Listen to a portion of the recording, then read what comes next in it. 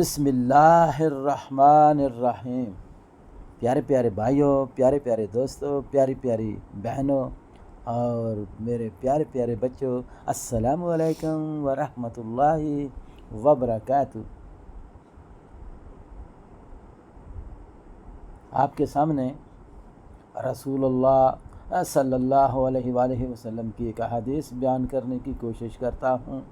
اللہ کے نبی امام الانبیاء خاتم النبیین حضرت محمد صلی اللہ علیہ وسلم نے فرمایا، جس شخص پر تنگ دستی آ جائے اور وہ لوگوں سے امید لگائے تو اللہ اس کا فاقہ دور نہیں کرتا، بلکہ اور جو اللہ سے رجوع کر لے اللہ جلد اسے غنی کر دے گا۔ سبحان اللہ، سبحان اللہ۔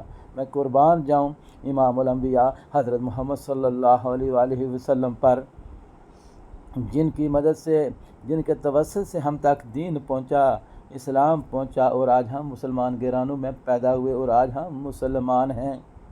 اللہ کا لاکھ لاکھ شکر ادا کریں، وہ بھی کم ہے۔ بھائی اور دوستوں، بہنوں اور بزرگوں، اس حدیث کی روح سے، یہ ترمذی کی حدیث ہے 2326، یہ اس کا نمبر ہے۔ ہمیں تنگ دستی کے اندر کسی کو بھی سوائے اللہ کے کسی اور سے امیدیں نہیں لگانی چاہیے، کیونکہ ہمیں یقین ہونا چاہیے کہ ہر چیز کا مالک و خالق صرف و صرف اللہ ہی کی ذات ہے۔ جب ہم اللہ کی ذات، اللہ کی صفات اور اللہ کی صفات کے تقاضوں میں کسی اور کو شریک کریں گے تو اللہ تبارک و تعالیٰ کو یہ چیز گوارا نہیں ہے۔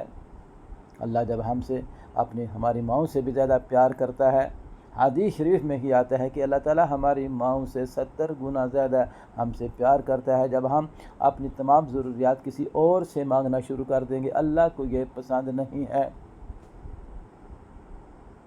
اور بندہ کتنا ہی مرضی کسی سے مانگ لے، شاید اس کی مرادیں پوری ہوتی جائیں، لیکن اللہ کو تو وہ ناراض کر رہا ہے، شرک کر رہا ہے۔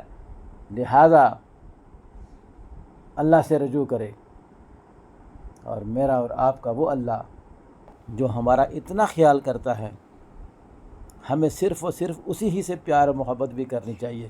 کرو گے نا بھائیو، دوستو، بزرگوں، کرو گے نا؟ ہاں بچوں بولو، آپ بھی کرو گے نا؟ انشاءاللہ تعالی۔